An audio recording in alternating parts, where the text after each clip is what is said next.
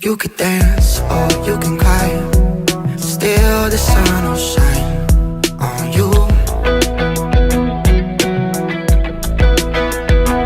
You could ask for alibis, but they fail you every time they do. It was the finale for fall sports teams in Philomath as they headed into the end of this week, looking to cap off their incredible seasons in their respective sports with a win.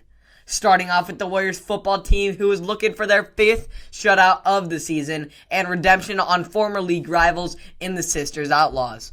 Well, the dominant Warrior defense was challenged more than normal as the Outlaws put up 14 on them in the first half, and when the defense doesn't do so successful, this offense doesn't do much either, as the Warriors were shut out themselves, falling into a 14-0 deficit at halftime.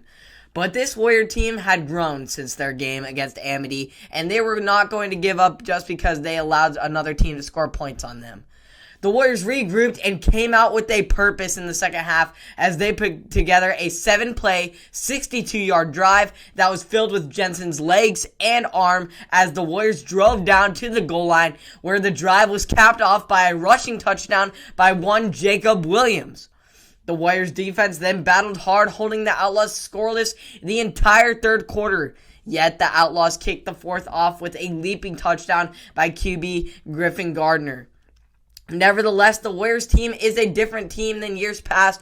They don't back down. They fight till the end. That mindset was ever so present as the Warriors kept their energy going.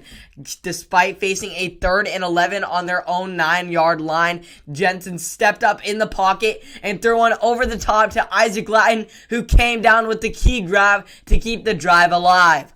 The Warriors then did what they do best and run the football, as Isaiah Blackburn and David Griffith each picked up key first downs to set up a quarterback keeper by Jensen, who followed behind his teammates into the end zone for the touchdown and the following 2-point conversion that put this game within 6, giving the Warriors a chance to win. With just 6 minutes left, the Warriors attempted an onside kick, but it was unsuccessful as the Outlaws recovered and battled past the motivated Warrior defense for 3 straight first downs as they ate up the rest of the clock. The Warriors fall 21-15, but it was the most exciting and intense game the Warriors have played in recent years. We haven't really seen a close, real battle for the Warriors, as they have either pushed to a dominant victory or suffered a blowout loss. But under those Friday night lights for the first time this season, the Warriors had a different mentality, facing adversity and responding to with energy and pride. Although a defeating loss, it was much of a win in the sense of how much this team has improved since last season, as they finished 4-2 on the season, with all 4 victories coming by shutout. These Warriors proved a lot this year, and a lot of underclassmen stepped up in missing starter roles of Chase Beardsley, Carson Girding, and Ty May, who all fill 6 positions because they both played 2 ways. The future is bright for this team as they push forward into next season with more pride and motivation than ever before, as they look to be a playoff contender next year and somewhat of a hopefully more normal year. Now onto the girls soccer team, who was facing former league rivals in the North Marion Huskies in hopes of punching their ticket to the 4A state championship game. Unfortunately, the Warriors continued their trend from last game as they fell behind a goal just in the 9th minute of the game, putting them in a spot they didn't want to be. Nevertheless, this Warriors team never gives up as they responded with a goal of their own by Elizabeth Morales in the 21st minute.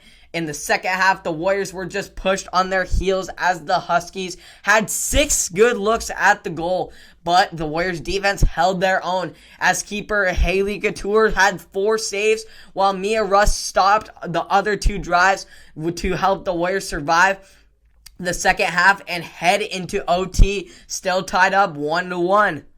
Couture then continued her exceptional play with 2 saves in the first 5 minutes of OT, which allowed the Warriors offense to try and find a way to get a late push with a great ball movement and momentum, but the Huskies shut it down as we had to double OT.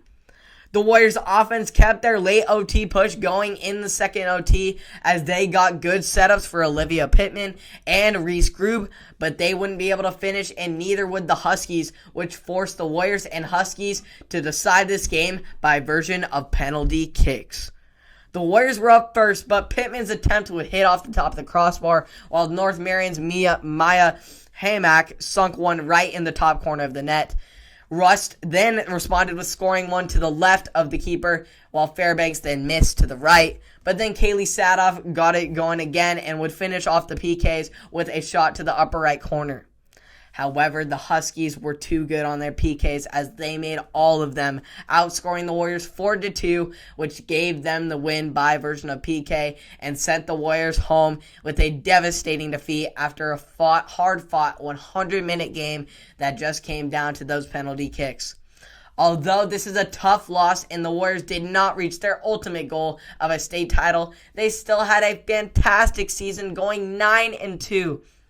It is an unfortunate way to see these Warriors 8 seniors on the team to end their high school careers, but they will forever be remembered for their contributions over the past 4 years. Thank you so much to those seniors. You will be truly missed, and these talented underclassmen will keep the legacy of this outstanding program going. Now to finish off the week, we head to the state cross-country meet 4A, where the boys were looking to win back-to-back state titles for Philomath, but they had a fierce competitor this year in the Siusla Vikings, who was the only team the Warriors lost to all season in their opening meet. Now they're in their final meet. They square off again, this time for the state title in the fast-paced course of Marist High School. The Warriors battled well as star sophomore Brody Bushnell led the way for the Warriors, getting a great kick on the home stretch, pushing towards a 7th place finish with Mateo Cananoza following in 12th, Levi Knutson in 20th, Grant Lesto in 22nd, Justin Inghauser in 24th, Ben Hernandez in 31st, and Sean Cummings in 34th. But Siusla's firepower up front was too much for the Warriors to handle as they placed 3 runners in the top 15, which gave them the title over Philomath with a score of 70-77. Despite the loss, the runners gave it their all as Bushnell finished with a personal best 16 minutes and 19.2 seconds, clinching the first-team All-State honors. Mateo Cananoza earned second-team All-State honors, while Knutson earned third-team honors, and Grant Halesto and Justin Inghauser were honorable mentions. Bushnell is now the favorite to win next year's meet and become an individual state champion, as all those who finished in front of him were seniors.